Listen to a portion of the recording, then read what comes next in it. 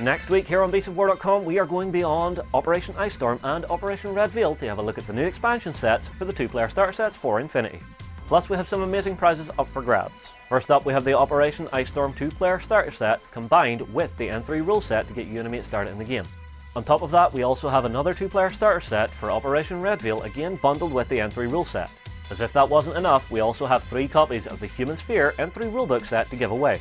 Check out the Infinity content next week for your chance to win one of these amazing prizes. This episode is supported by Battlefilm.com.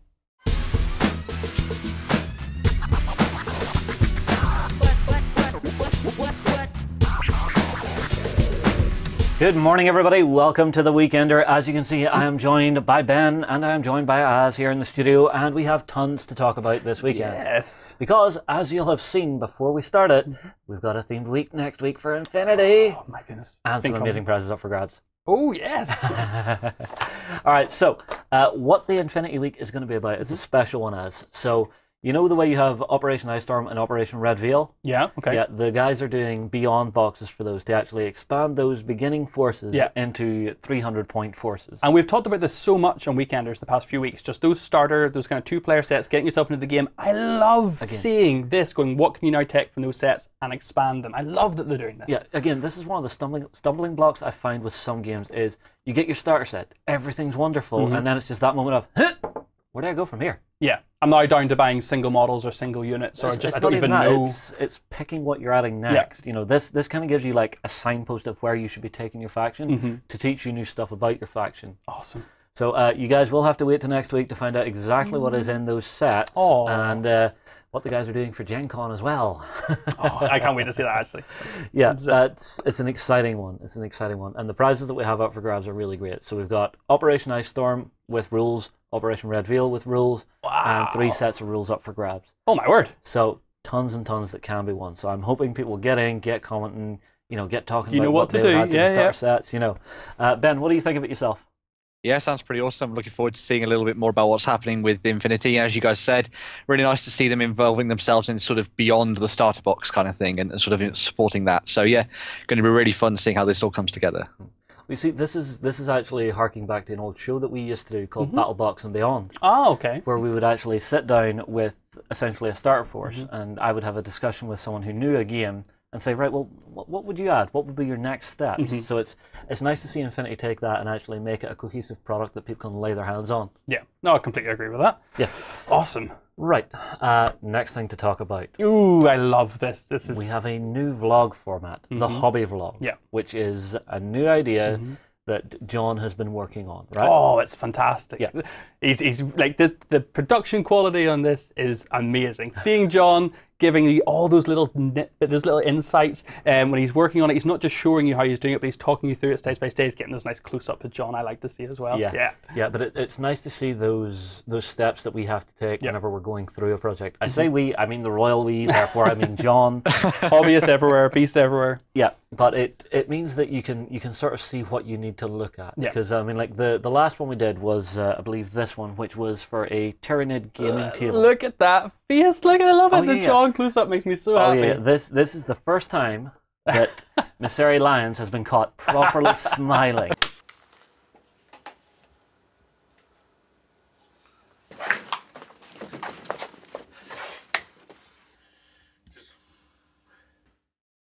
What? But if you look behind him there, you can see how the table turned out whenever we added everything in and got it painted up. Now, we have a few bits of this actually to show off. I have some to hand here. Now, the really cool thing I think that John did, and this is something that blew my mind whenever Warren sort of talked about this, and we got the initial videos up to show what the plans were. We had a Tyranid army in this kind of blue carapace, but sort of that creamy, fleshy bone, and then that sort of dark, turn it around a bit there, that kind of blood, fleshy, purple kind of sinew in sort of underneath. So John was essentially saying, how can I take this as an army premise and then upscale that to a full table? Yeah, and the cool thing is that color scheme is the original Nidweek color scheme from way back when, one of the first themed weeks we ever did. So it's like, do the paints we use even exist anymore? We see, this is the thing, John was adding to the force as well, so there's another vlog series out there, and just so everyone knows, this is in Backstage, okay? So if you are watching us on YouTube and you are looking about for this, don't look about for it on YouTube. Come across to beastofwar.com, take out your 7-day free backstage trial, and get a look at it, because we are planning to do more of these. Well, let's give a little bit of a teaser here. We've got some of it to hand, so let me bring. They won't get the step by step, and they won't get that impressive look of, oh my god, look how the table looks at the end up. This big. Going to start with the big, massive daddy piece. So this is. Oh, let me get a better. Essentially a capillary tower. So this is what the Tyranids bring down whenever they're sort of coming in and taking over a planet. Well, this is sort of the infection growing up from the planet, which is what I like about the Tyranids, is because they have that sort of infection thing going on. Look at the scale. Like, that's absolutely huge. So this is what John essentially has done. God, there's like 8 of these? Yeah, so this is essentially going to give you on the table. If you see in that vlog, once they're all over the table, they just bring it all in. They make it feel close and tight, like the Tyranids are infesting it all. Let's have a look at a few more pieces. I've got more here. We've got what I think we were jokingly calling sort of the church, almost. This is what I imagine to be like some kind of large hive node on the planet's surface. Something to actually command and guide the forces. Can I get a bit closer on that? Yeah, look at that. I just imagine lots of sort of hormagaunts, termagaunts, just like flooding out of that, just swarming all around it. Maybe. I've got a couple more here. So we've got some other terrain pieces. We've got sort of these smaller. Now these are what I imagine would surround a spawning pool. Yes. Where the nids are actually born and stuff. I think there's actually an updated version of this now where we got this from. This is actually pretty much all, or actually it is all MicroArt Studio terrain. Okay. And it's all like hard foam terrain. So this is John taking and painting the stuff up. And here we go for another comparison. So this is sort of your, I'll bring him back in. This is your sort of infantry wall. So this is going to come along, give you that defensive formation that you can hop in behind. And again, he's done, this was the effect he did with the airbrush to get this highlighting. It was so fast. Like, just showing you just how the angles of your airbrush can come down and catch all those little ridges in beautiful ways. The detail he went into there was fantastic. Yeah. And then I think, we've got this one. Is this a Forge World one? Yes, this is a Forge World one. I do believe these are out of production at the moment. Ah, okay. So if you are looking for these, I think you may have to go to eBay and find, someone that's selling them secondhand. But they're a lovely piece, but they were quite different to what we already had. But you see, even just having a couple of bits that are like that, that are different to the main range that you're working with. It adds to the table. It works really well. It's funny how they all work well together, and just what a really good matched color scheme will do when you put an army and a whole terrain table together in one piece. And I think that vlog just showed the transition of the whole thing and bring it all together so well. And Ben, your thoughts on this? Yeah, it was really nice to see this tutorial. I watched through it, and I don't normally sort of get into the sort of terrain building side of things, but it was fascinating seeing what he was doing with it, filling in all the gaps and working on stuff that, was, maybe needs a little bit of like love and attention, I guess you'd say. So that was pretty cool to see. And then obviously, as was saying there, the painting methods as well with the airbrushing was absolutely fantastic. And it's nice to see sort of terrain sets that match the armies that you're going to be playing with. I thought that was a fantastic sort of angle to go down. So hopefully this is one of the things that we can look at in the future for some of our other armies, working on sort of like terrain that would work with, for example, the Astra Militarum or the Space Marines, for example, just to see how it all comes together, so that when you sit down a gaming table, it feels like the terrain they're fighting over is the kind of terrain that they would, be defending or attacking and stuff. So, as someone who loves narrative, as I know, Ben, you're the kind of similar to me, it just adds an entire feeling. So you're not just having a narrative battle, you're having a narrative setting, and that just lifts the game and the things you can do much better. Yeah, but you're also not just fighting in a random location. So random desert A, random forest B. No, you are actually fighting in a Tyranid held location for this particular one, or whatever ones we do in the future. It sort of ties it together as to you feel more purposeful for actually fighting there. Or defending there if they're coming and trying to take your homeworld. Well, the Tyranids don't have homeworlds, but they have many worlds. Stay away from my sept planets, Tyranids. You heard it here. Tau don't welcome your type here. So that's the backstage. I think you might research them. Interesting. I like that. I doubt there's any chance we're going to be able to pull them to our way of thinking. They're no Krut or Vespids or Tyranids. They're a bit more.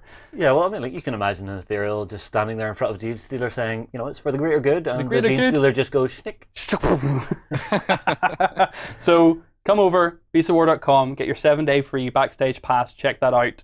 Amazing. New format's fantastic. Yeah, that, and the other thing is, once you actually start having a look around Backstage, there is a ton of stuff in there to actually have a look at. Because, I mean, like, even this show today, if you're new to the show, we actually do 2 shows in the week. We do the Weekender XLBS. The XLBS is our Backstage version of this show, where it's basically like another of this show in a week, where we're talking even more hobby, talking about what the community are getting up to, feeding back on comments that you guys are putting into us. It's fantastic. So you can get Saturday and Sunday inputs. Yeah. Love it. Cool. All right. What's up next? Well, the next thing is, now we were talking about Carlos and the Infinity Beyond stuff. That we have coming next week. While Carlos was here, though, it is that time of year where we're into the summer events. So there's tons of events happening. And so I actually wanted to get a sit down with Carlos to actually find out what events the guys at Corvus Belli are going to go ahead to. So it's kind of just a little signpost for everybody out there if you're wanting to actually go and, you know, maybe meet Angel Heraldez, sit down for one of his painting classes. Get starstruck. Maybe go see Carlos, maybe pick up the latest and greatest that Infinity are doing. It's just a little way to actually sit down and chat with Carlos about what they're going to be getting up to. So in fact, I'll tell you what, we'll take a quick hub break and I'll be back with Carlos. The new Flames of War 4th edition brings you the battles of World War II in epic 15mm scale. Go to beastsofwar.com to get the latest in news, tactics and tutorials. Progress comes to a world of magic as science and the arcane combine to make marvels. Meet steampunk inventors and orc mystics at the Volsun Hub on beastsofwar.com. Hey everybody, I've been joined by Killian and Carlos in the studio, and we are talking about some of the summer events that are coming from you guys. So Carlos, what's going on? Everything is going on. Pretty soon, at the last week of July, the 27th and stuff, the Interplanetary tournament is happening. Okay, that's very big for us. Okay, maybe not for the rest of the world, but for Infinity players and people who travel to Spain in that particular moment of the month is huge because we make our huge event, our biggest event. Yeah, it's a great poster. Yeah. Oh, I'm sorry. I love this. I love the little flash Yuan getting captured by a little octopus monster. And that's Pulpy. Pulpy, who's one of the guys from the Interplanetary. He's one of the mascots, and Corvi as well. Yeah, Corvi as well, the crow. This year we will have like 110 players. I think it's like that. Yes. So about what, 55 tables? Yes, because it was like 100 open spots for players, and then 10 more spots for winners of the satellite tournaments. Yeah, the satellite tournaments around the world where the winner gets an invite automatically. There's been a few of those. Yeah, it's a way of making sure that apart from the difficulties that you have when signing up for such an event, because everybody wants to get in, of course, you make sure that elite players who classify in those big tournaments have a spot to make sure that we have the best players there, the best selection of players. Of course. But apart from that, I consider wrong to think that the Interplanetary tournament is just an Interplanetary. It's a Corvus Belli celebration, okay, and has lots of activities and has lots of stuff going on. So if you do not have a spot as a player, come, you will have tons of stuff to do there because there will be casual Infinity playing, there will be seminars, expositions, activities, contests and stuff. Yeah, well I have some images here of last year's, I believe this was. So obviously people are going to be playing Infinity. And you will have Spanish players, Russian players, Polish players, English players and American players also. So it's like a really great celebration of Infinity, but this year is not just Infinity, this year also we will have Aristeia there. We will make demo games of Aristeia. That will be the first experience for civilians to enjoy the new game for Corvus Belli. One of the only opportunities you're going to get to play Aristeia before it comes out at the Interplanetary tournament. So even for wargaming journalists it's interesting. I mean, it'll be pretty good. Many news and many new stuff will be communicated in that event because it's our event. And this year happens that it is being celebrated before Gen Con. We usually have like a ton of stuff for being revealed at Gen Con, but this year many of that stuff will be revealed in the Planetary because it happens before. Okay, I have some stuff just to show you how cool it's getting, because every year the organizers of this event, which are personal friends of mine, David Santa de Frutos and Juan Lois, and more people, I'm sorry if I not mention Fran, and more people from the Esbozos association, continually improve the event. And the event is great, but this year is going to be greater. This year, for example, they have this lovely booklet for the missions, for the everybody who participates in the. Let's see if I can bring this up, eh? Yeah. Ooh. It's just the little book with all the missions. Okay. I assume this isn't secret stuff that I'm showing No, to people it's right not now. secret at all. So it's bilingual, so one side is in Spanish, one side's in English. Yeah. Which is very clever. handy. Yeah. And even has a little page at the end to everybody sign in their booklet and Just a stuff. little map. I mean, And a map of the actual event space as well. Yeah. yeah, because the people who makes this has been doing it for years, so they are pretty experienced. There's something really good on the last page there. Oh, this? Yeah, if you go to the last page where it's got local places to eat, and there's a speech bubble that Oh, says yeah. typical Galician seafood, which Nice. is pretty good. But because we have a ton of people when everybody is in the event, and suddenly it's like lunchtime, because in Spain we stop for having lunch. Oh, I noticed. I noticed. You won't find that in Gen Con really. Here is like lunchtime. Everybody went away and then come back. You see, this is the thing you always tell me, Carlos, is that the Spanish, they sit down to eat lunch. Yeah. Anybody else in the world, they don't. They just refuel. Well, it's like more productive in a certain way. But in Spain we are not robots. We like to sit down.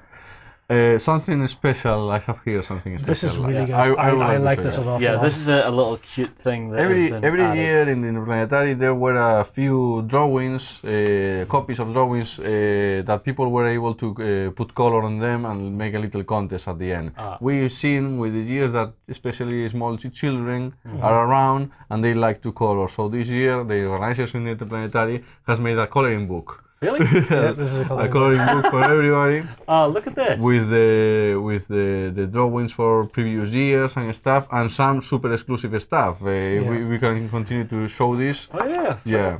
So we've got our Fat Yuan. Previous year, this was made by Kenny Ruiz, the artist of the manga. The Fat Yuan, which is an all-time favorite. Let me show you more stuff because this is excellent. the Aristeia cover with no color, so people can put color in this. So Why do I get the feeling that someone just screenshotted that and now has it in Photoshop? Yeah, probably. Something like Chibi Musashi, because you can never have enough Musashis, you know. Of course. and more stuff and extras. There's games, spot the differences. These are very cool. These are really nice because when you get to a certain age as a wargamer and you want to go to events, a lot of the time you'll have to bring your partner and you have to. Well, sometimes you do. You want to. And your kids as well. And you want something for them to do. They want to be entertained as well while you're concentrating on playing games. And this is a really nice thing. This was one thing. This year we went to UK Games Expo and I did notice there were quite a few stalls popping up that were doing alternate stuff that, you know, a gamer's missus or their kids would actually like to have a look at. So definitely it's a great idea to have something like that for the little ones who are coming to the event. Yeah. Now, at the event itself, I also know that Angel is always there. Oh, yes. He's always doing his tutorials and actually helping people learn to paint. I wish I could get one of these because they're so good. And then people actually get to learn to paint themselves. allowing people the honor of, you know, adore Angel. Allowing people to kneel before him, you know. He's that generous. These things nearly always sell out well beforehand, though. I mean, it's very hard to get a spot at one because they're very good. They're excellent. Yeah. And the other thing that always happens, which I always love seeing at events, is you actually have cosplayers who turn up. Yeah, and every year they are raising the bar. Yes. Yeah, so I mean, like this is Jazz. Yes, he's an Infinity fan from the forums, and he made 2 lovely cosplays last year. Everything. Yeah, she's made a few. She does Reverend Moira. She's done Zerat. This is, I think that's her Reverend Moira one there. She comes up with them. She did what one year was it? Gogo Marlene. Yes. Yeah, she was Google Marlene as well. She's a very talented cosplayer, actually. And makes all her own stuff. she pointed at specific things of our designs that when we are designing, we are thinking about sci-fi. Sometimes we put a knee pad or a shoulder pad here with nothing that is holding truly the piece. And she is like, oh, that kind of stuff. And like for a cosplayer is really thinking about how to hold that element how over the there. actual thing would work together. So it was very interesting to speak with her, really. We have another one here. Is this That's Gogo Marlene. Ah, right. Yeah. Well, I mean, I have to say, it's wonderful whenever you actually have fans who will go so far as to actually recreate the characters from your world. Yeah, we have 3 things to say here, really. I mean, come to the Interplanetary, of course, it's not just a tournament, it is full of activities. Come over, this year probably the players of the tournament will be cursing themselves because they do not have time for doing any of the activities. Believe me, I'm truly saying this. Number 2, Aristeia. The first demo games will be there. That's going to be a big draw. That's one of the things that the Infinity players will say, oh, I will leave this battle immediately to play Aristeia. Have your 20-0, I'm playing Aristeia. Yeah. A lot of information will be there and stuff. And finally, Gen Con, of course. The other event, the American event, your moment, Americans, please don't cry. We will bring love to you also. We will have demo tables of Aristeia at Gen Con. At the booth of the Corvus Belli booth all the time, so you can try the game with a lovely demo set that we will bring there. And that's important for us because, as we said in previous videos, we are going to support and to keep communicating information and dropping information about Aristeia, so making sure everybody is aware of such a big thing for us. Aristeia is not a tiny project for us, and it's something that we're going to support with all the possible tools from the company, and going to make it alive, you know. It's a creature. This is the thing, it's another facet of the world that people can look into and actually have another window into sort of the life of someone in Infinity, which brings the world closer to people. And will you be doing a seminar at Gen Con? Of course. Oh, and also seminars. And also, don't worry. You know, any year we're there, we're going to make sure and try and catch it. I can tell you that at the Interplanetary seminar and also at the Gen Con seminar, we will be showing all the concept artwork for Aristeia and things to come for Infinity. Okay, apart from the, and I think that this video is in the Weekender. Yes. That is not, we have not yet revealed the Gen Con stuff, so people still don't know what is going to arrive at Gen Con. Yeah. Tons of stuff. I mean, Corvus Belli has been working a lot the first half of the year, so because apart from Aristeia, which is not the Gen Con stuff, will come later in the year, October, November, that is that project aimed for. Apart from that is the Gen Con stuff, and many other things. I mean, we have been very busy. So we have to now deliver all that stuff, and I think that some of it will be interesting for you. Well, it's the thing I always say. Anybody, if you are heading to Gen Con, the guys from Corvus Belli also always have big stuff there for people to lay their hands on. So if you're an Infinity player, don't wait to go to the Infinity stand. Mob them in the morning. Yeah, get there before the stuff sells out. Because it goes quick. Yeah, it goes very quick. Happens, especially with exclusive miniatures, that kind of stuff. Of course. We have a lot of big bundle. Too soon, people. Yeah. As anyone can guess, with Carlos being here, we are filming a ton of secret stuff that we have to keep secret until we release it. So feel free to speculate in the comments, but we're keeping the lips sealed for now on what Carlos is overdoing with us. So I think we've covered everything. Yes. Yes. All right. Well, everybody, get your comments in below. Are you excited for Aristeia? Are you looking forward to seeing what Infinity brings out for Gen Con this year? We'll move on here and, we'll get back to the show.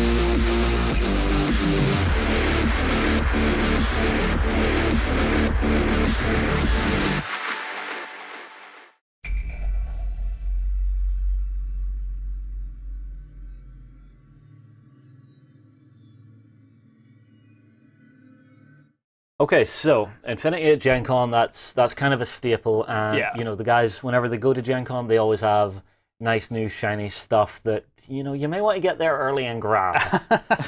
Also, with them doing their Interplanetary, I like the fact that they're doing like a home event where they have all the locals. I love the fact that some of the people that come there do beautiful cosplay work. Yeah, because you know me, I'm a bit of a big cosplay fan. Like the cosplay stuff and the community stuff makes a game for me. Yeah. You know, we've obviously talked before about the longevity of gaming and sort of what makes them last, and I think having a community around a game and embracing that and finding ways to incorporate that in what you do in your events, I'm well behind it. Yeah, but it's even beyond that. Whenever a community takes a game or a universe and makes it their own, so whenever you have those people going out, say, making costumes, making props, that's them taking your world and wanting to bring it into our world, into real life. Yeah.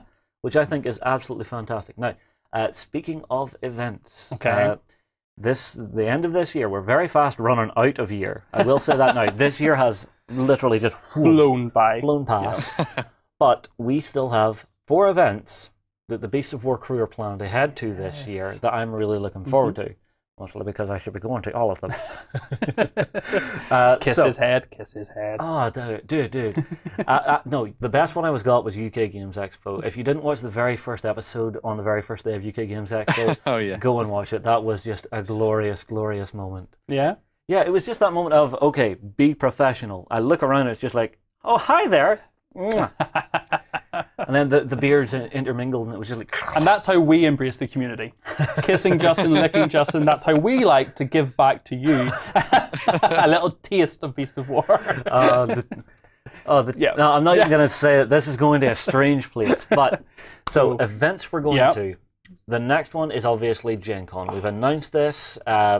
We are planning to have a lot of fun. Myself, Ben, Don, and Gianna are going to be there for the entire event, having lots of fun. Have you received many personal messages saying about where to go and do your food challenges? Not for food challenges. I've been given suggestions on where to go drinking with the community members. We haven't settled on that just yet. I have, however, been given quite a few recommendations of things that I have to do while I'm in America, because I've never been before. Yeah. And Ben, you've never been before as far as I know. I have been to America before. I've been twice, but I've never been up to sort of this area in Chicago and stuff like that. So it'll be very new and an interesting experience going to sort of like the more urban areas of America, I think. So, yeah. Okay. Well, one of the things that has been suggested is obviously getting some proper slow-cooked barbecue in like one of the big cast iron slow cookers. I can't take it. Not this time in the morning. I can't. Don't do it to me, all right? I've also been told that we should go visit Medieval Times, which is the chain restaurant where they do the jousting. Oh man, jousting and melee battles in the middle of your... And barmaids dressed up in costume, bringing you tankards of ale. Yeah, well, if I can get some mead, I'll be happy. I have actually discovered I have a great taste for mead. I love honey wine. All right.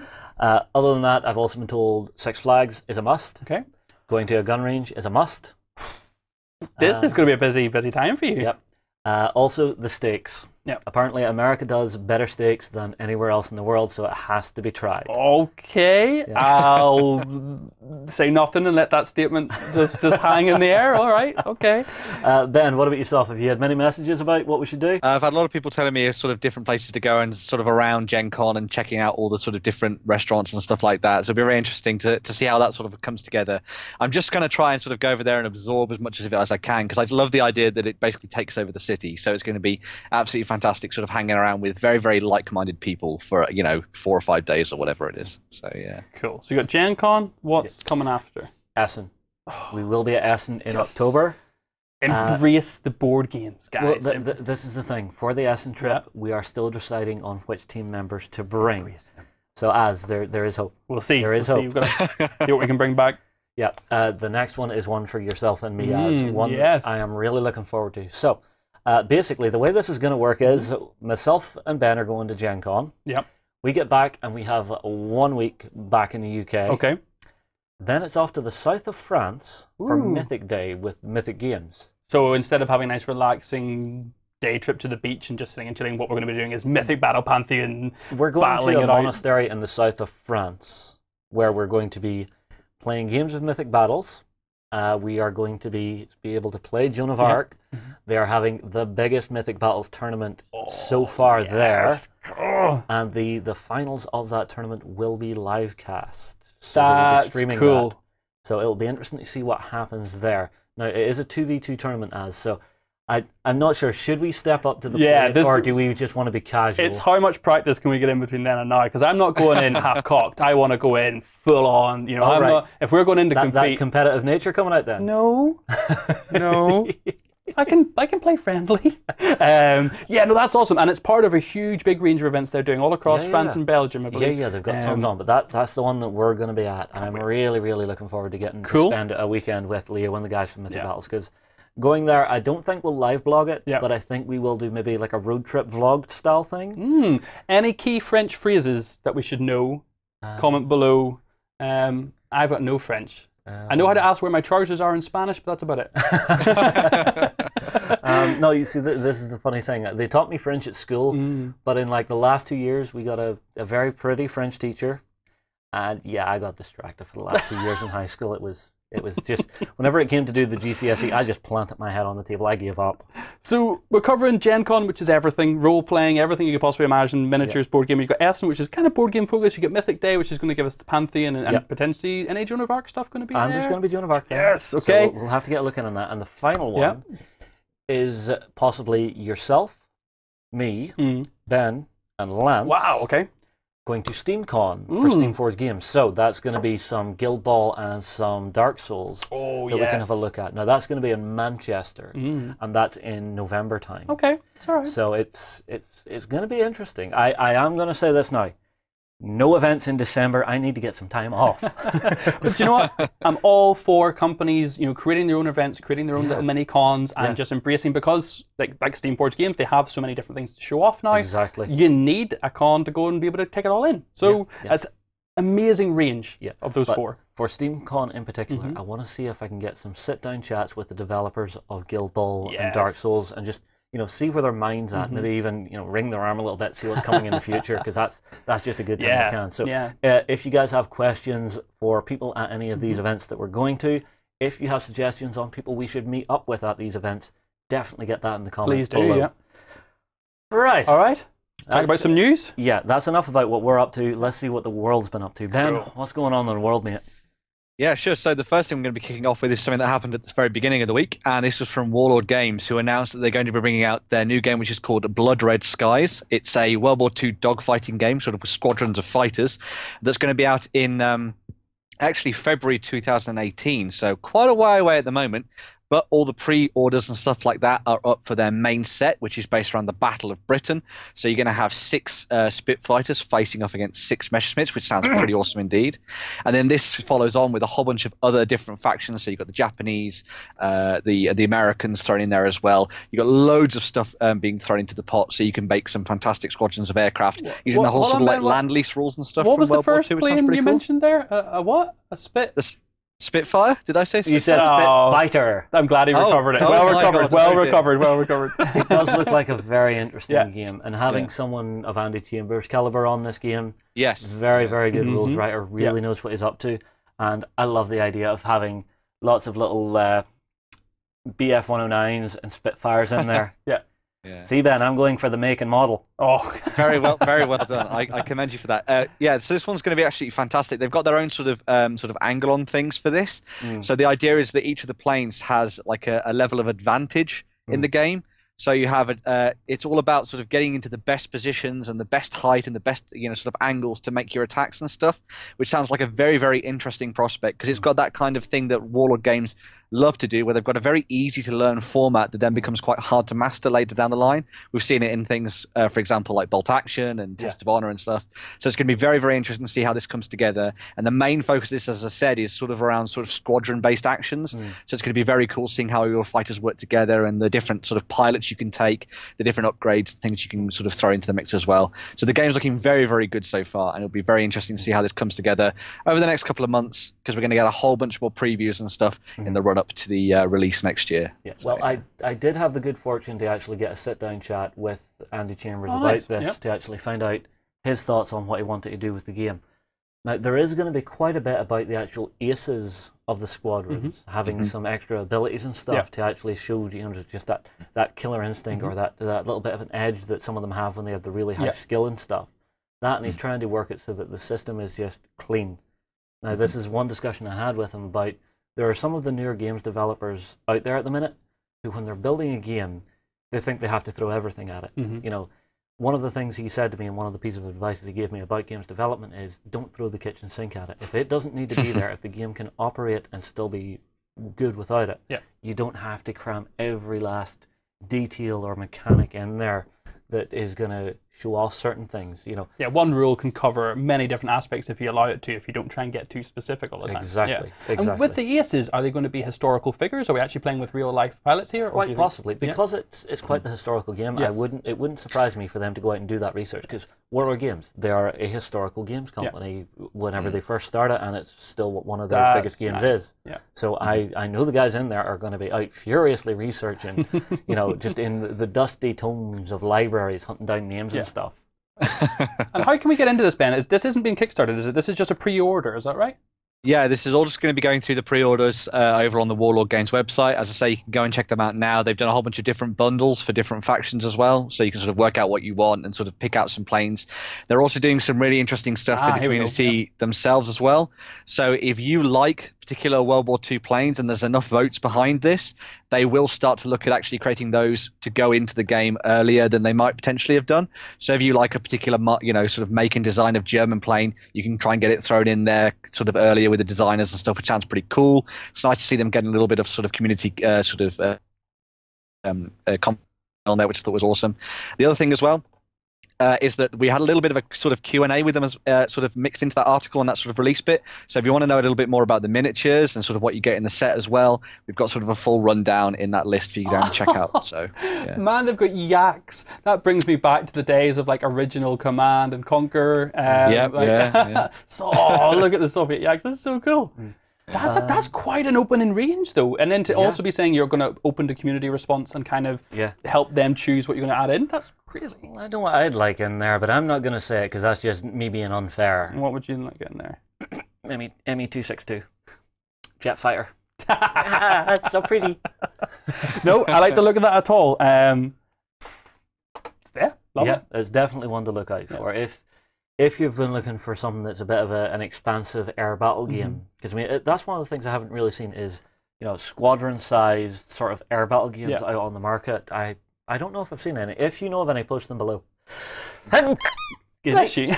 All right, this Ben. is the other reason I don't like this time of year. Hay fever. It's really annoying. What's next in the news then, Ben?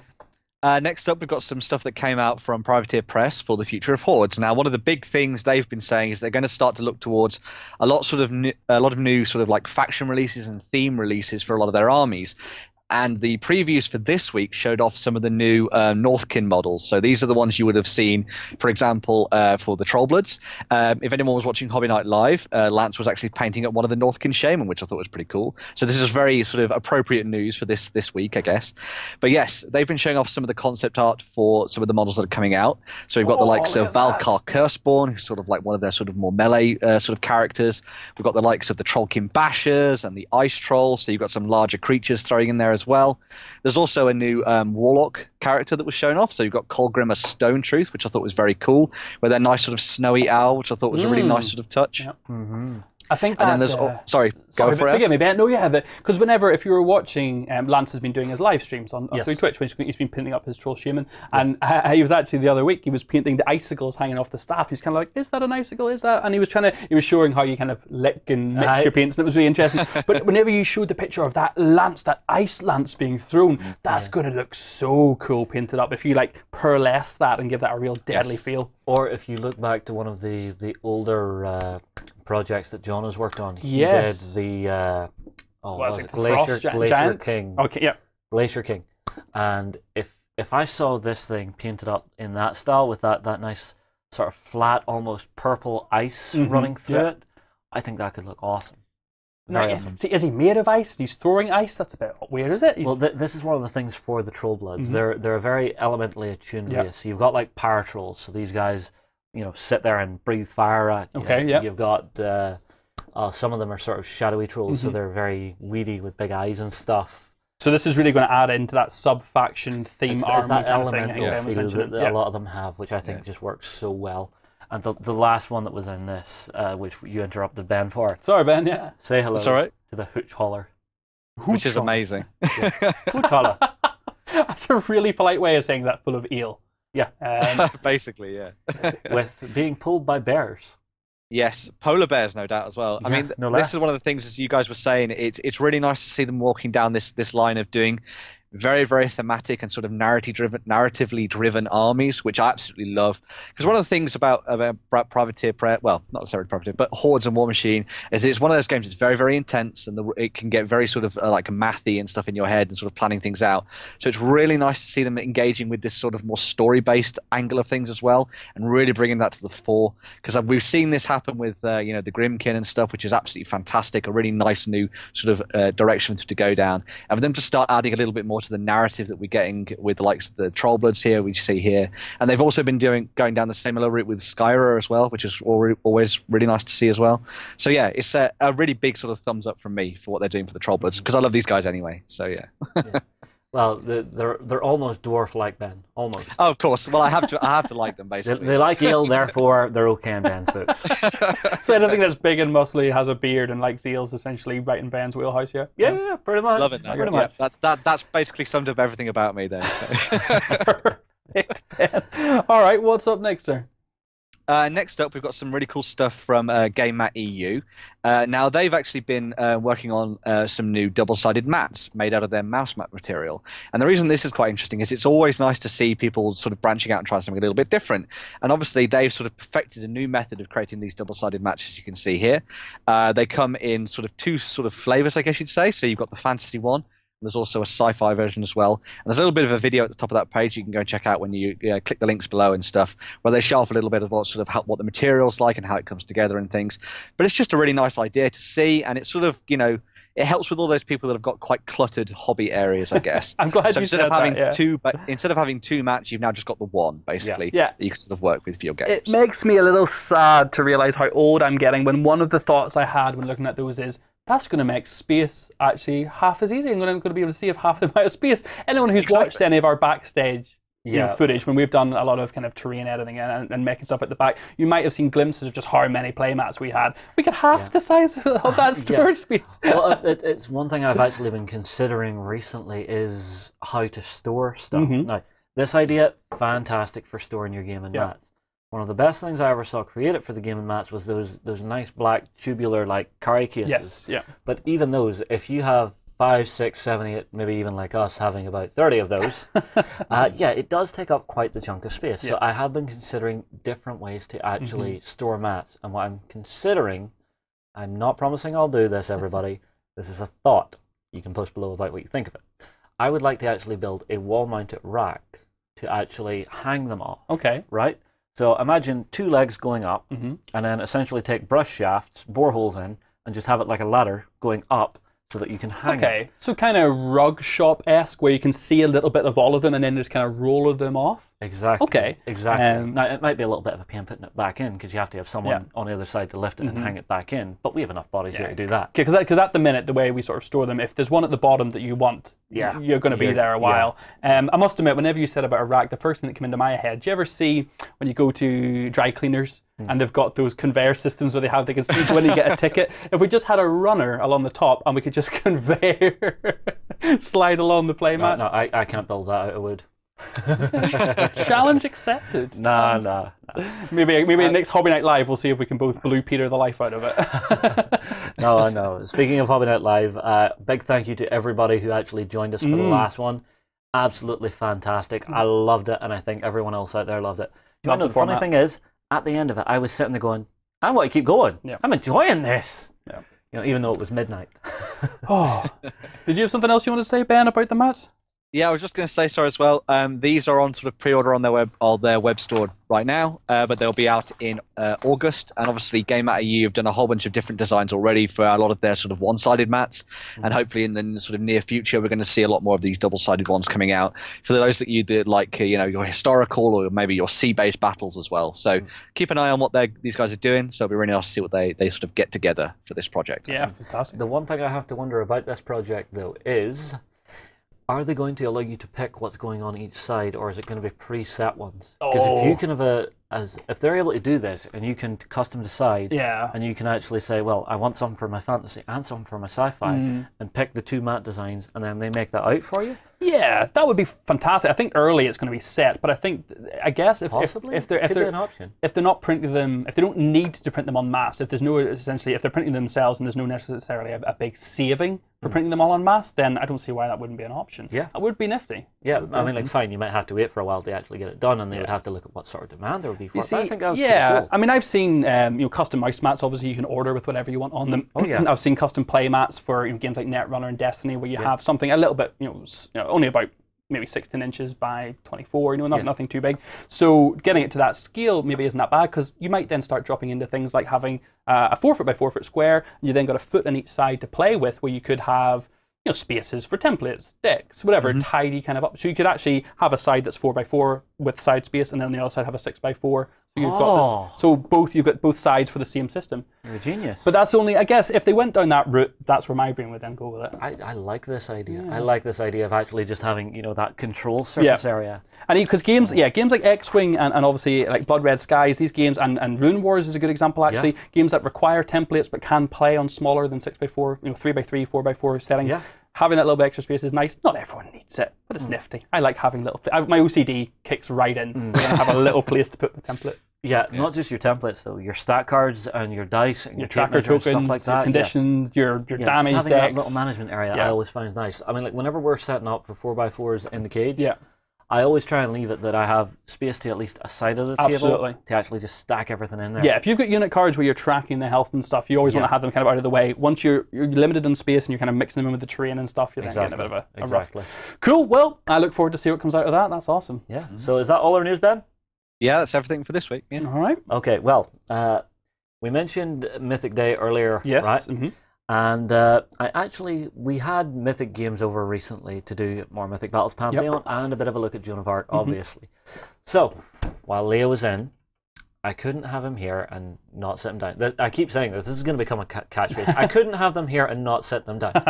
But we got Leo into the studio because what I wanted to do is get an update on how things are going for Mythic Battles Pantheon, because I'm sure there are a lot of Kickstarter backers out there who are sitting there, just sitting, waiting, and twitching, waiting. When's my stuff getting here? When's my stuff getting here? So I've sat down with Leo to talk about how they've been getting on, show off some of the miniatures that they've been getting through, because we are now at the stage where production miniatures are starting to land with the guys. Oh, great. And the production boxes and stuff. So if you haven't done it yet, actually go and check out the Mythic Battles Pantheon Facebook page, because the guys do update there quite often. So if you're looking to keep up to date, that's a good place to do it. Or you can just pop on here once in a while whenever we have another cool game, because while they were here, you and me has actually got sat down for some games, and didn't I tell you it was a good one? It was unbelievable. Yeah, I had a fantastic game to as I say, being a board gamer. Mythic Battle Pantheons is a great kind of hybrid. Stepping. Yeah, exactly. Where you've got some board game elements, but you've got some skirmishy battle elements as well, and that drafting mechanic for all the gods and sort of monsters and stuff was just amazing. All right. So yeah. Hello. I'm Chris Zombie King, and I've been subscribing to Beasts of War for over a year now because I just love getting a little something extra for the weekend.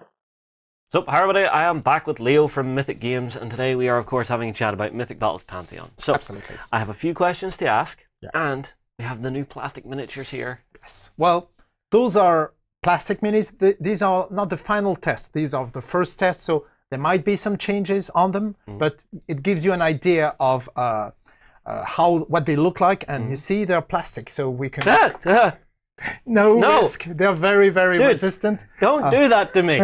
Well, we've been used to playing with resin. Yes. It's very fragile, but now that we are getting some plastic, it makes a whole lot of a difference. It's much more resistant, and you could still paint them and have very good result. Well, these here are plastic painted minis. Well, let me quickly grab them. So these are all plastic painted. Plastic painted. Right, well, and nice everything on this table is plastic, but Typhoon, which is still a resin one. Wow, and I will tell you about it. Yes. So these are the judges of the underworld. So the Hell Judges, if I remember correctly. Well, yeah. Well, they were first called Hell Judges, but we changed that because Hell is not a word used in ancient Greece. So we call them back Judges of the Underworld. You can see this guy's also plastic, yeah? Yeah, plastic, yes. they're so nice, and you're right. The details do shine through on them. You see, well, for plastic, it's really good, and you can hardly see any difference with the resin minis, except as I said that they are much more resistant. Stop doing this! Every time I see one fall, I'm expecting it just to fly into pieces. I'm used to resin. Yes. All right, now, but this one is resin. I won't do that with this one. Yeah, please don't. No. I'd have a heart attack. So this is Typhon, yeah? This is Typhon, and I think it's nice. It's worth seeing it. Okay.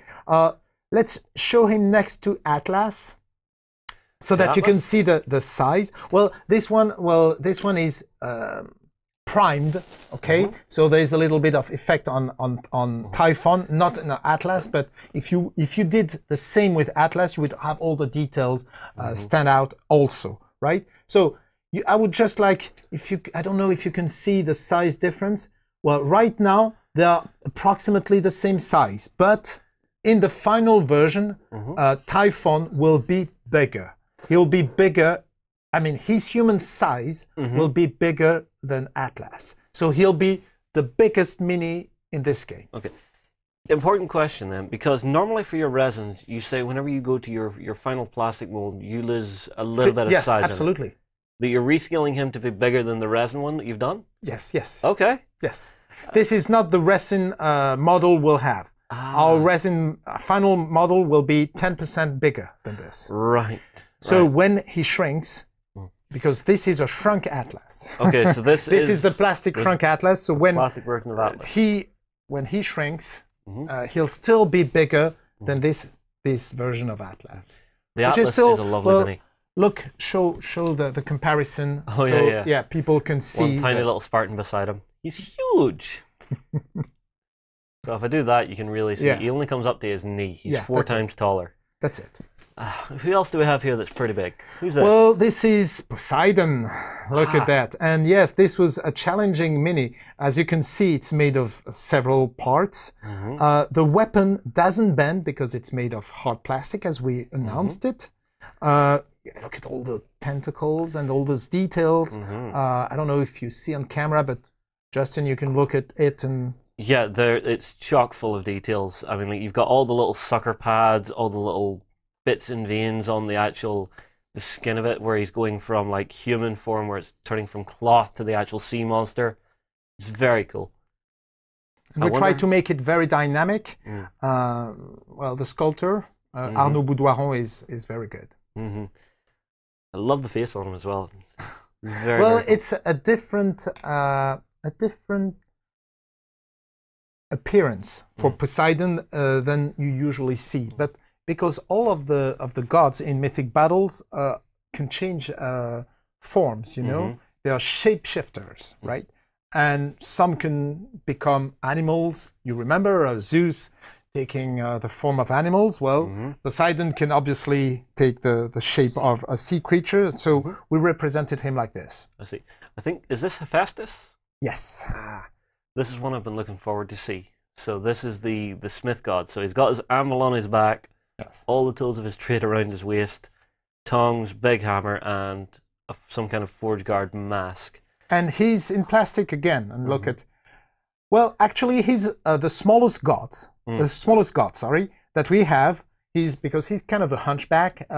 He's very massive though, and even though he's a small god, he still is much bigger and taller than a human. Who is this? This is Prometheus. The one Prometheus. So he's, well, some consider him a titan, some consider him not quite a titan, son of a giant and a titan. So he's big anyway, and he's on the side of humans. He gave them the fire, freedom, and it's a spectacular mini. And there is a whole campaign based on him in the Hephaestus expansion. All right, let's grab 2 more here. Yes. So I'm wondering who these are, because I think, are they from the same expansion? Yes, they are from the same Hephaestus expansion. So you have a Cyclops called Acamas, or Acamas, I don't know how we would pronounce it. Well, there are plenty of ways to pronounce that.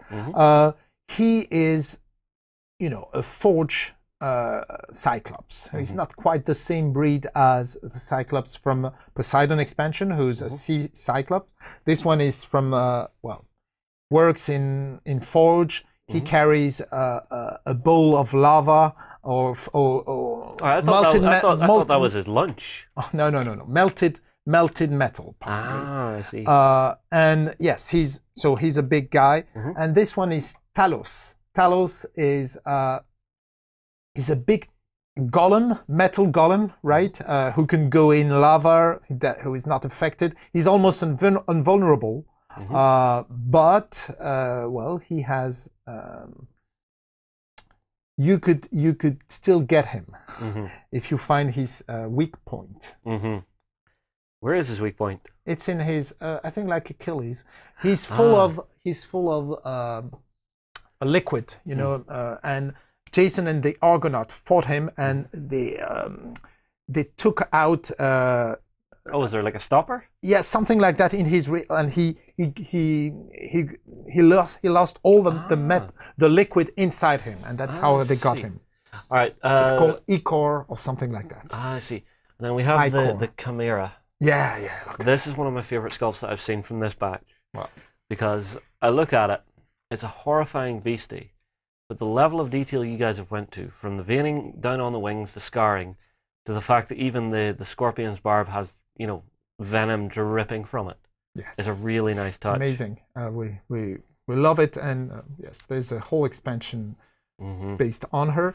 Show the Spartan. Him. Well, because in French, you know, we have a genre for and Manticore is a female name, even though it could be a masculine creature. I see. This is why I said she. Okay. But yeah, it could be a he, and it's more likely to be a he. So if I put it so. Yeah, look at next to the Spartan. Yeah, it's huge compared to the Spartan. That's the thing. Whenever you guys do big monsters, you do big monsters.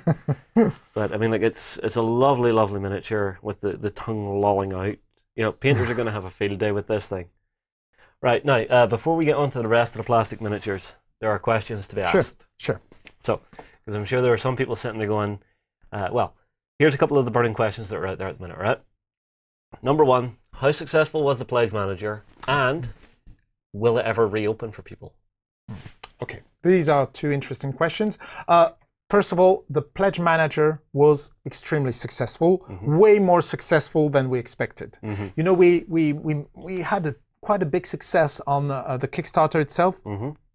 Although we had a lot of competition, Kingdom Death Monster was there. We had plenty of other successful Kickstarter, but we did almost $2.7 million, which was great for this. Yes, and then the Kickstarter, the Pledge Manager, we did even better than on Conan. Really? For the Pledge Manager, yes. Wow. Probably twice as much. Wow. Which impressive. is amazing. So altogether, it's really a big success, and we thank you guys. Thank you for your help, your support, and your trust. It's been great to have that much feedback from all the fans, and I want really to thank them all. But will it reopen? Will anyone ever have a chance to jump back in on it? You know, it's strange because we receive every day. Well, we told people it will only be open for some time and then it's over. We even reopened once, but yet we still receive, daily messages from people asking them, will I be able to get it? And so we are thinking of a solution, not necessarily reopening the Pledge Manager, but maybe giving access to Mythic Battles in our upcoming Kickstarter. So maybe during either the Pledge Manager of the future Kickstarters, like Joan of Arc or Batman, Joan of Arc by Mythic Games, Batman by Just Monolith, Mythic Battles is published by Mythic Games and co-published by Mythic Games and Monolith. So in the Pledge Manager of these two, we could reopen it. And we have plans also to have an online store where people can buy the game, not necessarily with everything, not necessarily with the Kickstarter exclusive. We're still thinking, and if we sell in our online store, we can't sell the Kickstarter exclusive. But if it's during another Kickstarter, maybe. See? The other possibility is, for those Kickstarter exclusives, there's one thing I've seen a lot of companies do, something to maybe consider, is they'll do alternate sculpts for the retail variant. Now, I know that means more investment. Yeah, that means more stuff. investment, and well, you know, we're so busy, and well, Something we have consider, to. maybe. That could be an idea. Right now, it's not the thing we are looking at. We're more considering maybe selling the game at a higher price, possibly during on our online store. We are considering. Would you maybe bring some to events? You're going to Yes. Gen Con? You're going to to events, that's possible. You know, like the Kickstarter exclusive could be. We said that from the beginning, but we are not going to sell Kickstarter exclusive except on Kickstarter events, right? So and who knows, we could even do, and we haven't decided yet, but we could even do a Kickstarter on Mythic Battles, just to a reprint of Mythic Battles with something, a new expansions or something like that. Mythic Battles: The Second Coming? Yes, exactly. So that could work. There will be possibility to get at least the core game on the online store, and possibly everything on a future Kickstarter of either Mythic Games or Monolith or both. Okay, the next important one is, and I'm sure every single backer or late pledger is wondering this, how is the production going? How are we getting along with things? Well, you know, are we on track to actually see this for around Christmas time? Yes, we are. I mean, Excellent. it's been, well, you know, it's been tremendous work. Tremendous work, even more than we expected. And we thought we were ready and it would be piece of cake. It wasn't piece of cake. Well, simply because of the huge success we had. Oh yeah, well, trust me, you guys spiked. It was just like... Well, thank you, yes. And that means because of this success, we offered many, many new expansions. I think we have 10 expansions. Just think about it. All the scenarios, background, rules, game aid, painting guide, and everything, that represents about 600 pages. And we had to do that in French and in English. So that's 1,200 pages that we had to do the layout, we had to play test the scenarios and everything. So, well, here's the question then. I know a lot of people out there went for the big Typhon bundle. yes. How much stuff is in that? Because every time I look at the Kickstarter page going, I'm just going to have a quick scroll through here. Wow, that looks like a ton of stuff. Yes. How big a box are people expecting, eh? Oh, you know, I think it's probably 12 packs. And that's about, I would say, 24 kilos. So that's probably 50 to 55 pounds, right? Okay. Yes. That's going to be big. Yeah. When you receive that, it's going to be massive. It's going to be. Yes. That's a So fair way what to we begin. did since the Kickstarter ended, it's about 6 months ago, right? Yeah. We first had the Pledge Manager, and what we did during the Pledge Manager, we were there. We continued to communicate. We had lives. We were really with people. So it was not just, okay, here's the Pledge Manager. We don't do anything with it. We were there every time. As well, people who follow us know that we have one update per week at least. We have something called WhatsApp Wednesday, and on WhatsApp Wednesday we give exactly. Yeah, you let people know what's up. People know what's up. So, and after the Pledge Manager, then we were working on all the files, everything like the scenarios, the layout, well, the production. The minis production was dealt by Monolith, and we were more into the creative writings, Mythic Games. And so, yes, we've worked a lot, but I can tell you that now everything is at the printer. And so we are on schedule, and if nothing unexpected happens, like boat sinks, Knock on wood. happens, you know, Knock on wood, then we are still on schedule with our printer so that we can make a delivery by the end of the year. Well, that's fantastic news, because I mean, like, I count myself incredibly fortunate that you guys have came across to us, and I've had the chance to play this, probably more than most people out there. Oh yes. You've played a lot, and you're pretty good. Behave yourself. Well, it's a game that's fun and it makes sense.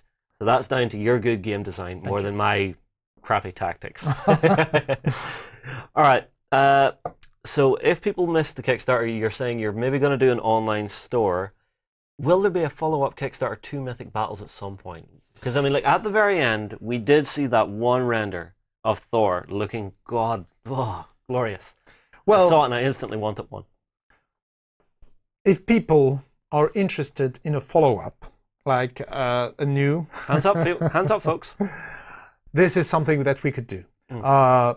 We are developing this universe, and there are other very interesting mythologies that we could go into, and the next one obviously is the Norse mythology.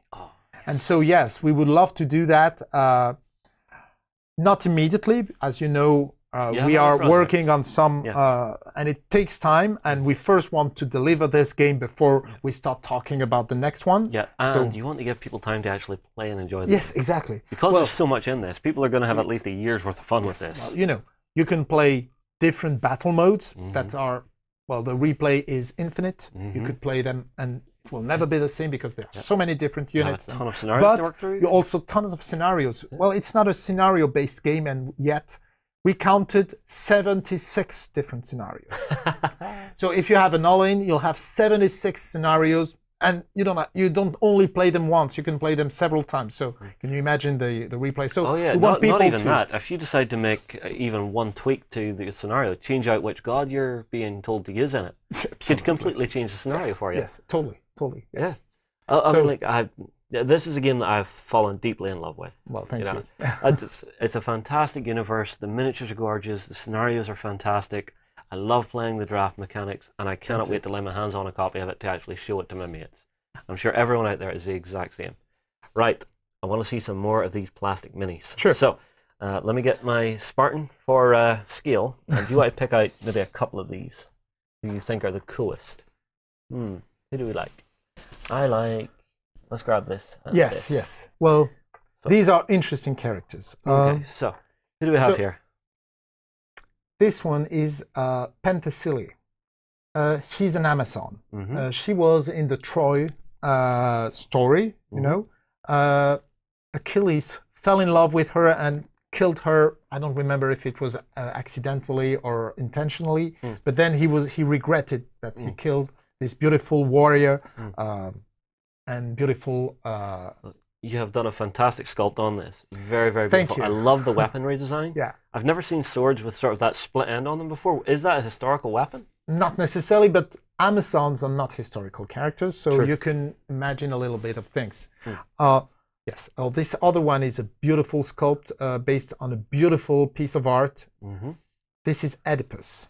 Ah, like the complex. Yes. Okay. Like the badass I'm not going to say. You could say it. We could beep it. If you want to say it. Go for it. No. I don't want to offend people here. Okay. The sculpt is gorgeous. He's actually very, very heroic. Now, is he a hero or? He's a hero. Okay. He's a hero. Well, he's a king, and he's the most unfortunate guy ever, right? As you know. Well, he didn't know, but he killed this guy who happened to be his father. Whoops. Then he married this woman he fell in love with who happened to be his mother. And him and his family were all cursed. He was, when he discovered the truth, killing his father, marrying his mother, well, he ripped off his eyes, you know. Really? Ripped his own eyes out? Yes. Wow. Well, he also vanquished or defeated the Sphinx, you know, with the famous riddle. Yes. And so we have an expansion that deals with this. So he's looking for redemption. He wants to restore, to redeem himself and his family. So if he succeeds in this mini campaign, he can be... Yes, hold his head high and be a king once more. Exactly. Got it. I mean, like, it's one thing I am discovering looking at the Greek pantheon. The old Greek tragedies were really, really tragedies. You know, if you look at Disney, that's not the Greek tragedies. That's just a kid's story. If you actually look at some of the old Greek tragedies, They are harsh. I kid you not, they are harsh. You know, the end of Hercules, him going insane, killing his own family. What? You know, tricked by Hero, wasn't it? Yes. Yeah, it's full of horrible stories like that. Very, very, very, sometimes very dark. Yeah. Sometimes, well, even the gods are very human-like, you know. But you know what these old ancient stories tell us about? It's all about finding what's your purpose in life. What is a good life? And you have different answers based on the different myth. And so what is a good life? Is a good life a heroic life, like a heroic short life, like that of Achilles, who was very heroic, who became immortal by his deeds and his feats, you know? He's immortal because everybody knows about Achilles now, right? Or is it more quiet and long life, like Odysseus, who managed to, who died very old and who is also heroic, but who didn't take as many risks as Achilles? Well, this is how you interpret this myth, and it's something that has made our civilization the way it is now. You have Greek words and Greek expressions everywhere in our language. So we all know about Apollo, we all know about Heracles, we all know about Zeus, Athena, and it's the thing. The old stories are always really inspirational. They are. They are. It's one of those and things. So it's cultural, but we wanted to make something fun also, and you know, with a lot of action. Such a rich background to work with. You know, that's the thing. All right, so I've got 2 more of these. So who do we have here? Oh, this is Diomedes. He, you know, he's Achilles' companion in the Iliad. So he's the second most powerful warrior, or he even is called the God Killer because he managed not to kill but to wound Ares, right? So he's a very powerful warrior, although not as powerful as Achilles, of course, but still a great warrior. I love the mini, and it's a really beautiful pose, and the actual sculpting work that's been done on the shield for the embossing on it is absolutely beautiful. It's the one thing, every single miniature that you're going to get with this set is just going to paint up beautifully, and I am so impressed with that. All right, who is this then? This is Cassandra. Oh, no. This is Andromeda. Okay. Andromeda? Andromeda would be the right set? Yeah, okay. So, you know Clash of the Titans? The movie? The movie, yes. I've actually not bothered to watch it. Okay, well. Some people who have watched this movie, well, you know that there's a girl in chains who's going to be sacrificed to a sea monster. That's her. Ah, okay. And then the hero comes and rescue her. The hero being Perseus. And and in this game, well, she has these chains that she can use to stall some other people. Ah, I see. Leo, I'm just blown away. I cannot wait to see the final product of this. There's one other thing you have here that you've not shown anyone yet, that I don't think anyone has seen just yet. So, do you want to hold this up for everybody? Well, you know, we have different maps in this game. 4 in the core box, but altogether that's 12 different maps. I wanted to show you the Forge map that has never been shown before, so people can have a look. You see? So you both have water and lava, because when they come at the same place, well, you can forge and melt weapon with lava, and then you can put it in cold water and temper it. Yes. And so sea creatures could move really well. Aquatic creatures could move really fast in the water. Side of it. Yes. And then lava creatures can be there and will not suffer anything. Right. And then you can still. So it's a different shape, and I wanted to show that to you. People. It's drawn by George Klarenko, who is a brilliant artist. Is beautiful. And it's interesting to know that, well, the experience you you have when you draft a game and you play on different map. It's totally different if you change the map. Some maps will have big zones, and so you have a lot of adjacent areas, and you can get to your opponent very fast. Some have many little areas, so it takes much longer to progress. Some have water, some have lava, some have lots of rocks, obstacles trees, and ruins, obstacles. So every time you change the map, it's a different experience and a new way of playing. Yeah. Well, Leo, there's one final question that has to be asked. Now, we are still a ways away from actually everybody having the stuff in their hands. What is the plan until then? Well, you know... Now, we know you're here, so we know what's happening on this Yes. end. Well, there's something that we didn't want people to feel. We didn't want people to feel, okay, we've done the Kickstarter, doesn't matter, we don't have to communicate, people will receive it, and let's move on to the next one. No, we're not like that.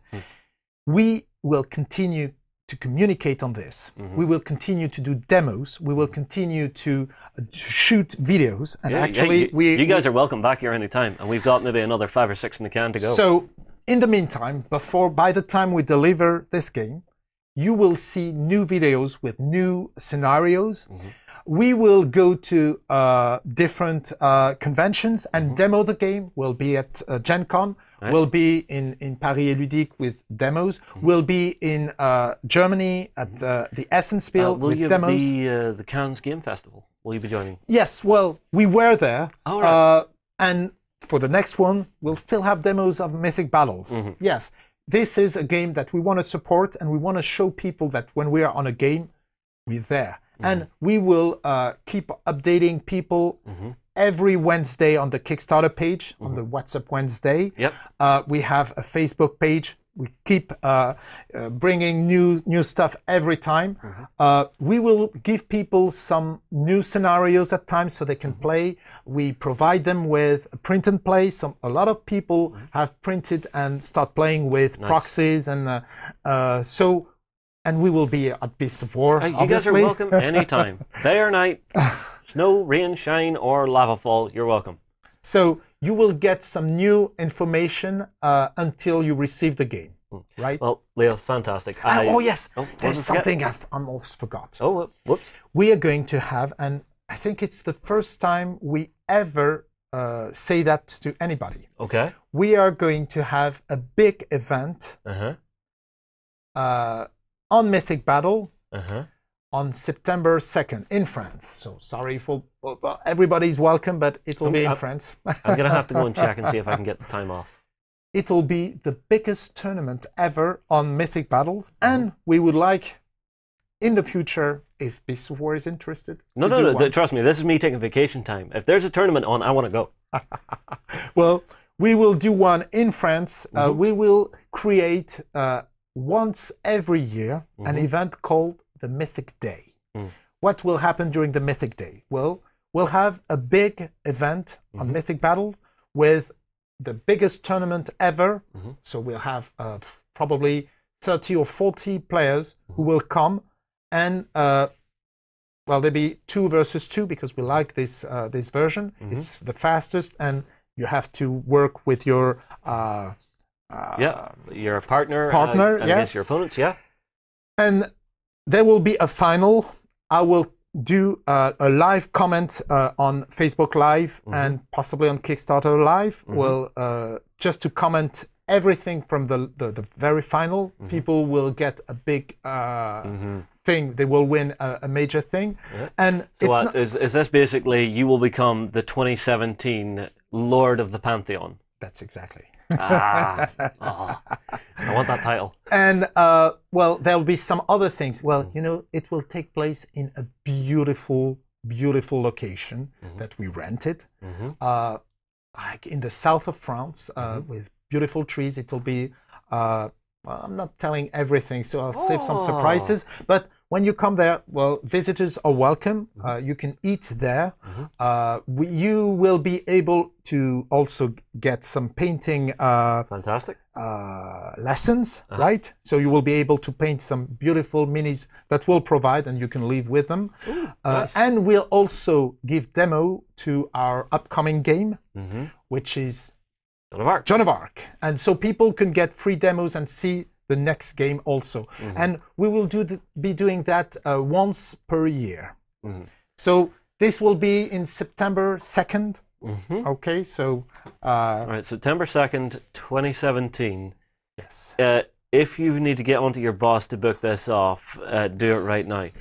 Speaking of which, Leo, I think I'm going to call it that. Thank you for coming in. I can't wait to see what happens with Mythic Battles. Guys, we'll move on here, and I'm off to see if I can get September 2nd off to go and play with Leo and the guys at Mythic Games. See you soon. Become a general of mighty armies at the Kings of War Hub. Take command of elves, dwarves, and orcs in this game of massed fantasy combat on beastsofwar.com. It's time for 28mm World War II action. Will you recreate history or reshape it your way? On the Bolt Action Hub at beastsofwar.com.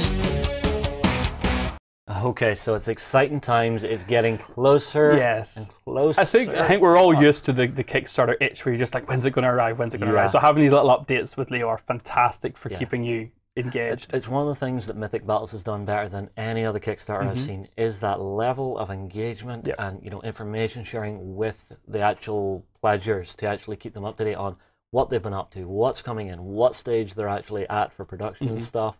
I think it's just great, and I'm looking forward just to getting it in my hands so I can play with it.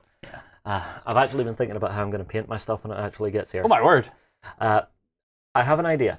Okay. So the stat clips for each of the units is a different color, right? Yeah, to represent whether it's a unit, a god, a basic. Exactly, and they fit onto the stat cards that way. Okay. So they fit for each type. What I'm considering doing is doing my set as marble, matching the clip color. Interesting, okay. To actually make it very readable. As marble, yes. Ooh. And I have seen a very, very cool little tutorial online that would actually show me how to do that. So it's actually using essentially a very fine paper, right? So basically what you do is you spray your miniature, crumple this up, dip it in a little paint, dab it off until there's only a little left, and then just tap, tap, tap, tap. Ah, so you're getting those kind of light areas, you're lifting the paint off where you want it, so it's giving you that kind of... So it's almost like a dry sponge, if that's a thing. I don't know if anyone has done this before. So I know we talked about salting and sort of hairspraying and how that lifting that way, so it's a similar-esque effect you could do with... Yeah, but this is actually something to give you that random sort of veins running through the marble. I just have to decide for each colour what would be the best complementary colour to run through. So you're thinking the whole models like that? Yes, just to make it look like statues that have came to life. Talk about getting it quick to tabletop. That would be pretty quick. Yeah, and then give it a gloss varnish to give it, maybe even a satin varnish to give it a nice sheen. Ooh, okay. That's what I'm thinking. I look forward to seeing that. Yeah, I'll give it a try. Maybe bring it out for a Hobby Night Live when it gets here, which is December time, I believe they're aiming at. Next month? Yeah, not too long to go now. That's not next month. No, that's not next month. What? If it was, I'd be sitting here going, where is it? Where is it? You're just convention mad right now. You're just like, I've got all my conventions planned, then it's Christmas. Pretty much. Yeah. Pretty much. I am looking forward to Christmas this year. Yeah. I love Christmas every year. So is it August next Hobby Night Live? Is that what we're thinking for? Beginning of August. No, we've got one. So. Yeah, well, no. Yes, actually, I think it might just be... Can you believe it? Can you actually believe it's August in like 3 weeks is I think what we're saying. Yeah, this year, right, just gone. Yeah, it's been crazy. Okay, last thing to talk about on the show today is we have some killer Kickstarters that have been picked out. Did you have a hand in these, or is this all Ben? Well, again, yeah, Ben. I know Ben loves one of these, but one of these in particular. If you want to have a look at it, Ben, I'll chat about it first a little bit. Actually, it's called the Stonebound Saga, and this is actually doing something I've not really seen before, where we're getting a chance to mix together an almost skirmishy model-based game, but with a deck-building, drafting card game. Because what you're actually going to have are these gorgeous fantasy-themed. It's actually for 2 to 6 player, but I think the 2 player for me is where this is really going to come alive, is these fantastic fantasy themed decks where you're going to go head to head with these heroes that you can sort of customize and have their own actual little player stat board so you can track their abilities, what their sort of active cards are. You can actually see fantastically here just moving the stat tracker up and down on those. And then those are actually going to go onto a board and you're going to move the cards themselves around the grid. So it's not going to just be a card game because you're going to be kind of outmaneuvering and kind of skirmishing around, but obviously there's no miniature side of it because it's completely based around your deck. And the art for it just is stunning to me. Like, yeah. It just like it's all very animated, very powerful. Like the wizards and sort of spellcasters on it just look so dynamic and energetic. What do you think about this one, Ben?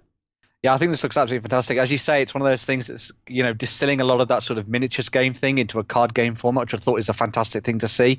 We've kind of seen it in the past with the likes of Plaid Hat Games' Summoner Wars, which kind of did it on a more sort of army scale.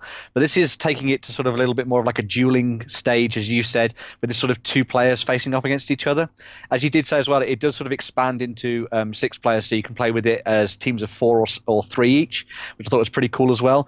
But the thing for me that really gets me, and it's one of the things you said at the beginning, is this sort of deck building aspect where you'll be taking your heroes and you'll be trying to design proper decks to go around them, and then it's all about this sort of resource management aspect to it as well. So you'll have all these powers and these cards in your hand, but it's then about playing the right cards at the right time, using the right materials and the sort of resources that you're at hand as well. So yeah, I think this game's got a lot of stuff going for it, and I really like this sort of deck building side of things. I absolutely love deck builders, so anything that's sort of built in this sort of vein just sort of really speaks to me. So yeah, really cool for this. Yeah, I must admit, I think a game which straight out of the box is pre-constructed or draft makes me happy, because I like having 2 different styles of play. I think, as we've seen with Mythic Battles, Pantheon, or anyone who's played games even like Blood Rage, having a small drafting element into a game can mean every single game you play is just a little bit different. You're going to have a completely different deck each time. You're going to have to make decisions on the fly about what your opponent chose. Oh, he took that hero, that card. I'm going to have to change up what I take. I think the setting for it looks fantastic. I think the art looks fantastic. The board looks fantastic. I'm super excited for that game. It sounds like a nice hybrid game, that we're getting some of those miniature gaming aspects brought into card gaming. Now, for me, I will freely admit, I do not have the brain for card gaming, for deck building. There's a level of meta there that my brain just cannot handle. Sure. Right? But this is being presented to me in a different format. So instead of actually sitting down with a full collection and working my way through, actually having it as a game that's actually built to actually show you how to build. Absolutely. This, for someone who's actually want to learn about deck building, this sounds like it will be a very good format to actually teach you the mechanics of that, how you should look at it, what you should be thinking about. I love those player boards and the stat tracking, and I think that you nailed it, saying that kind of hybrid is going to hopefully welcome more people into the kind of well, this isn't a collectible card game, sorry, is it, Ben? This is just completely pre-constructed. You're going to get everything you want, depending on what player you buy? So it's all based around this pre-constructed concept, so you'll get each of the decks. So it kind of works a little way in sort of what you've been familiar with the likes of Mythic Battles, where you pick a selection of different characters or troops, and then they all go into that same sort of deck. This is the same kind of thing, because with the team, you've almost got these sort of cards all sort of working together, and it's all about picking the right cards and the right things to use at the same time. So if you're familiar a little bit with what that was with sort of Mythic Battles, you kind of got some of those flavors carrying over into this. So it shouldn't be too much of a big leap. But as I say, as I was saying, there's this pre-constructed sort of nature to it, so it'd be very easy to get stuck into it and start learning how each of the characters work and which ones you like and the combinations of them, because it's almost got a little bit sort of like almost like a MOBA class feel to it as well. Which of the different characters have very specific ways of fighting. So it'll be very interesting to see how these sort of mesh together and the tactics you can bring together when you're playing with all the groups together and stuff. So yeah. Perfect. Yeah, no, absolutely in love with that. That's one I'm having to give this a try. I want to give this a try, because card games are one of the things that I've sort of hovered around the edges of before. I picked up the Netrunner core set, but never really got into it. I think this could be one to actually draw me deeper into card gaming. Yeah, I think the likes of collectible card games can often be very off-putting, because there's a lot of money investment. You don't know what you're going to get. You've then kind of got living card games. That's the ones I preferred. Yeah, they're a little bit more condensed. You know what you're going to get. You're always going to be in a reasonably level playing field. And you've got ones like Stonebound Saga, where essentially you're getting everything in the box you need for 2 to 6 players, and you know the whole thing should be sort of evenly balanced the whole way. So I think this would be a good place to start if you're going that way. Cool. Very cool. What do we got up next, Ben? So next is actually something from Oathsworn Miniatures, and full disclosure, I have backed this, so my opinions may be slightly coloured on this one, but I absolutely love these guys and what they've been doing. This is a continuation. It ends this weekend, so if you're interested in any of these models, you need to go over there and check them out. But they are expanding their Burrows and Badgers range with a whole bunch of new characters called Fur and Feathers. So there's a whole bunch of new animals, sort of adventurers here in a Redwall theme, all sort of in 28 mil, sort of up to around 32 mil in sort of scale. And they look absolutely fantastic. I love all the character and everything that's been invested into these guys and stuff. And they've really been growing this range over a couple of years now, showing off some really fantastic sculpting and obviously sort of delivering on time as well. So I think this is maybe the 3rd or 4th Kickstarter that they've ever done. And every single one of them has been very good. There's been really nice sort of feedback and stuff, and really nice community comments and stuff from everybody involved with this. But as I say, some really cool sort of characters that you can see here just scrolling down the page and things. They also do some really nice terrain pieces too. I don't want to dive too much into it because I really want to talk about it a little bit more on the Backstage show tomorrow. So if you're interested in Burrows and Badgers and this sort of catches your eye, I'm going to be talking about sort of my experiences with it and sort of my hobby time at the same time. But yes, a couple of days left on this one. Really fantastic looking models from a pair of great people at Oathsworn, and I heartily recommend checking this one out if you really like the sort of old Redwall style of things. They're very dynamic poses. Like they're very characterful. Well, there's my favorite one there, the Ferret Clan Warrior. Slasher McTavish. Oh, what a great name. So I don't know if anyone's ever played the game Mice and Mystics, so it's like a role-playing game, almost cooperative in a board game. These look like right in that kind of setting. It almost looks like you could have a role-playing Watership Down here. We could have, what would happen if they were all grown up, not kind of young animals, but they're grown up? How would they fight their way free to get away from the evil farmers? You know, I think they're full of it makes my imagination just run wild, just looking at them, and that's the best thing I think you can say about miniatures if they do that to you. For me, it reminds me of a classic cartoon from my childhood, Miss Frisbee and the Rats of Nim. Oh, that's not one I'm aware of, I must admit. Really? Yeah. Oh my god, it's great. It's basically about some rats and mice who were experimented on, were given full-on intelligence. Okay. So they actually became sentient. Right. And escaped. And actually started building little houses and stuff. You know, it's a very dark tale. It's one of those old kids shows where they weren't scared to be dark. Yeah. You know, a lot of it these days is very bright, very happy. Yeah. Back then, kids shows could be scary as hell. Okay, so this looks like a rather cool Kickstarter. Yeah. I think if you're looking for some very cool role-playing characters, if you're looking to go into that Mice and Mystics world, definitely a good choice. Right, now, I did say we were only looking at 2 Kickstarters here, but I have a surprise. Oh? A surprise for everybody out there. This has literally just came in the door. So don't ask how I got it in the studio. That's just a bit of magic right there. But if I reach off camera here... Literally was not expecting this at all. And, oh, please be gentle. Oh, look at this. So this is something new from the guys at Foreground. Now, their Kickstarter is just about to finish up for Legends of... Yeah, it spins. Oh my god, it spins. On camera. Let's see if we can get a bit of a... Yeah. Oh, look at that. Spin it. Oh, that's beautiful. So this is... let's see if I have the name for it here. So this is the Tudun League Windmill. Okay. The guys at Foreground do some absolutely gorgeous buildings. It opens up. Exactly. This is Foreground, so I'm going to go ahead and assume that just at some point... Oh, it can lift off. Let's go ahead and I would say the actual front piece is probably it's magnetized.